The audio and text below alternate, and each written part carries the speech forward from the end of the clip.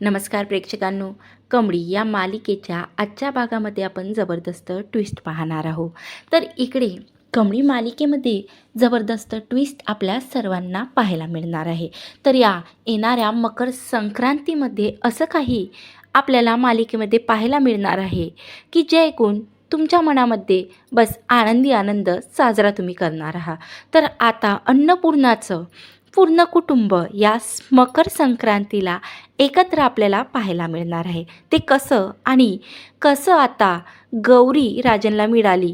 आता राजनला कसं कळालेलं आहे की कमळीच त्याची मुलगी आहे, हे सर्व आपण या व्हिडिओद्वारे पाहणार आहोत.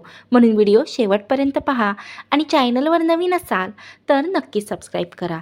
इकडे मात्र आता गोरगरिबांसाठी कमळीने खूप खास अशी योजना आखलेली असते.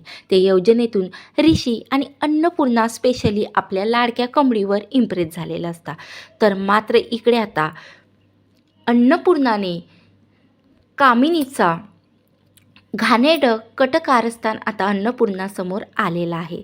तर इकडे मात्र अन्नपूर्णा आजी बोलते की कमळी, तू असं गोरगरिबांसाठी काहीतरी केलं, गरजू मुलांसाठी तू त्यांच्यापर्यंत वस्तू पोचवत आहे. खरंच हे ऐकून ना मला तुझ्यावरती गर्व वाटत आहे. खरंच तुझ्यासारखी नातच माझी असावी असं माझी सतत इच्छा असते.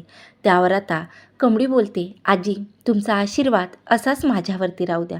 तर अन्नपूर्णा आजी बोलते की कमळीने की तुम्हाला माहिती आहे ना, लवकरच मकर संक्रांती येणार आहे आणि माझ्या घरी हळदी कुंकाचा खूप मोठा प्रोग्राम आपण करत असतो आणि त्यामध्ये तुम्हा दोघींना आतापासूनच मी इन्व्हिटेशन देतो, म्हणून विसरू नका.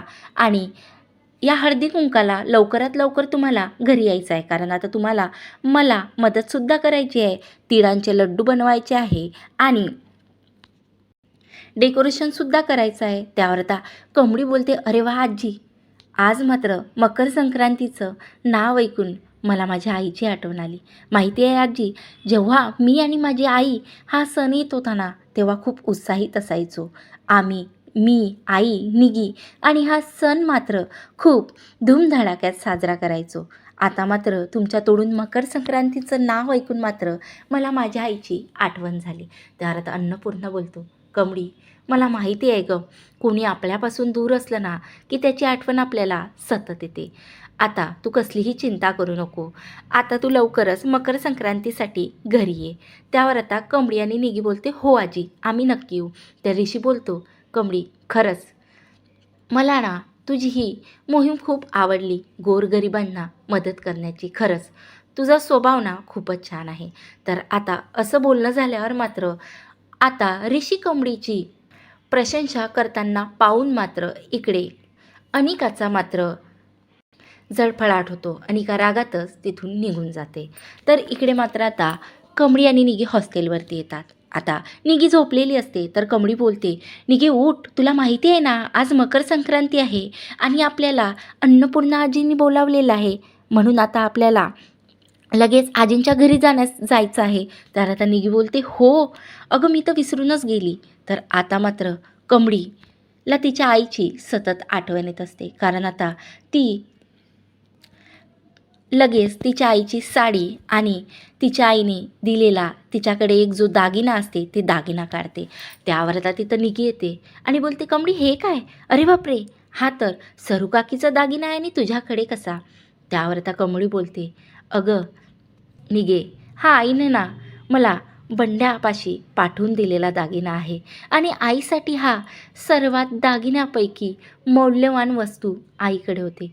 माहिती नाही, पण ती सतत मला म्हणायची की या दागिन्यामध्ये तिच्या खूप काही आठवणी लपलेल्या आहे.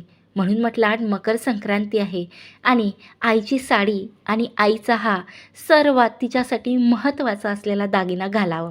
तर निगी बोलते, खरंच ना जगात भारी या कमळी, तू या दागिन्यात ना मात्र अगदी सरुकाकीसारखीच दिसणार आणि त्याच्यात ही सरुकाकीची साडी खरंच खूपच छान. आता दोघी मात्र तयार होतात आणि लगेच अन्नपूर्णा आजीकडे जातात.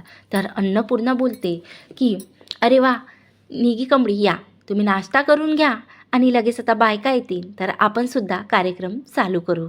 तेवढ्यात मात्र इकडे आता कामिनी आणि रागिनी बोलत असतात. रागिनी बोलते, आई आपल्या घरी ना जर काही सुखाचं वातावरण तयार झालं ना त्याच्यात मीठ टाकायला मात्र ही कमळी हजरच असते.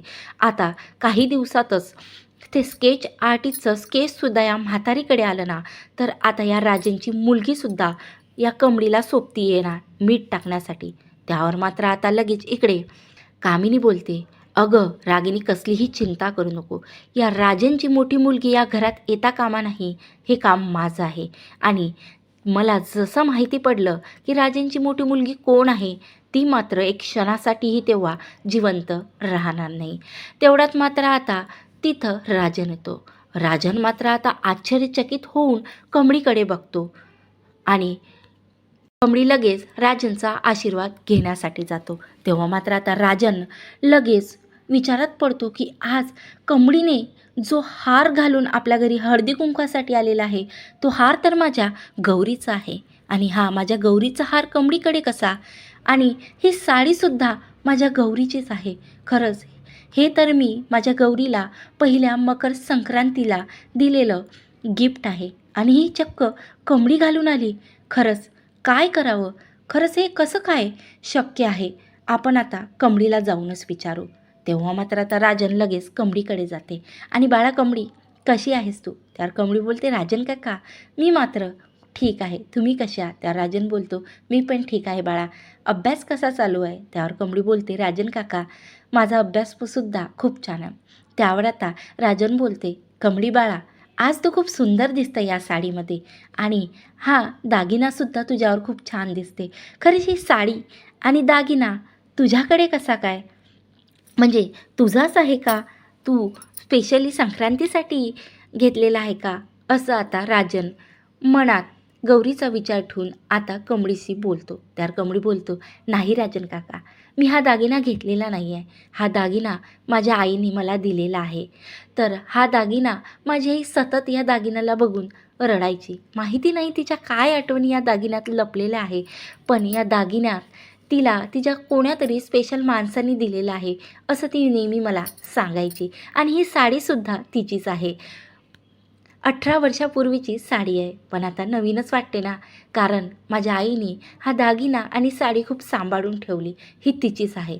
तेव्हा मात्र आता राजन बाजूला जातो आणि तिला चक्क गौरीची आठवण येतो. तिला त्या खरंच वाटते की खरंच ही कमळी तर त्याची मुलगी नाही ना कारण आता कमळीचा आणि त्याचा ब्लड ग्रुपसुद्धा मॅच झालेला आहे असं त्याच्या डोक्यात विचार येतो. तर आता त्याने ठरवलेलं असतं की काहीही झालं तरी त्यांच्या लग्नाचा फोटो आता कमळीला दाखवून हीच तुझी आई आहे का असं विचारण्याचं ठरवतं. पण मात्र आता लगेच राजन रूममध्ये जाते आणि त्या दोघांच्या लग्नाचा म्हणजे गौरी आणि राजनच्या लग्नाचा फोटो घेऊन येते. तर आता तो लगेच मधातच थांबून विचार करतो की नाही आपण नाही असं कमळीला डायरेक्ट विचारणं बरोबर नाही. आपण ना निगीकडून खुलासा करू. तेव्हा मात्र आता तो लगेच निगीला बोलतो की निगी बाळा इकडे. तेव्हा निगी आता काय झालं राजन काका तुम्ही मला असं का बोलावला? तेव्हा आता राजन लगेच खिशातला फोटो काढतो आणि निगीच्या हातावरती देतो. निगीला विचारतो की बाळा निगी या बाईला तू ओळखतो का? त्यावर आता निगी आश्चर्यचकित होऊन बोलतो की राजन काका म्हणजे सरू काकी तुमची बायको तुम्ही कमळीचे वडील? तेव्हा राजन पुन्हा विचारतो की निगी तू काय बोलते? त्यावर आता लगेच निगी बोलते की राजन काका ही तर कमळीची आई आहे आणि म्हणजेच ज्या दिवशी ज्या मोठ्या मुलीची तुम्ही एवढ्या दिवस झाले वाट बघत आहे ती कमळीच आहे. तेव्हा मात्र आता हे सर्व अन्नपूर्णा ऐकते आणि अन्नपूर्णा लगेच त्या दोघांकडे जाते. तर आता निगीला लगेच मिठी मारते आणि बोलते की निगी खरं सांग खरंच ही जी बाई तू राजांसोबत बघते माझी मोठी सून हीच कमळीची आई आहे का? तेव्हा आता निगी बोलते हो आजी 100% म्हणजे लहानपणापासून मला सरू काकीने वाढवलं आणि त्यांचा फोटो मी कसा विसरू शकते?